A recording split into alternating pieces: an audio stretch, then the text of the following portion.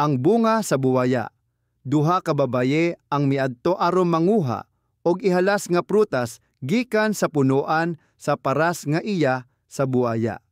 Kinahanglan nga mag-amping ka nga dili ilabay ang panit nga adunay marka sa imong ngipon diin makita kini sa buwaya.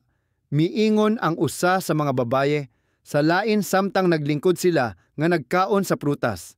Apan ang laing babaye wala magtagad og gilabay ang panit nga nagpakita sa mga marka sa ngipon ngadto sa suba, diin ang buaya nakakita niini. Busa nahibal-an niya dayon kung kinsa ang mikuha sa iyang bunga ug nasuko siya pag-ayo. Miadto siya sa balay sa babaye ug gitawag ang mga tawo. Ipagawas ang babaye aron kanon ko siya kay mikaon siya sa akong bunga. Maayo kaayo, mitubag ang mga tawo. Apan lingkod ug paghulat sa makadyot, unya ilang gibutang sa kalayo ang puthaw nga yuta nga ilis, ug sa dihang kiniinit na, ilang gidala kini ngadto sa pultahan ug miingon sa buaya.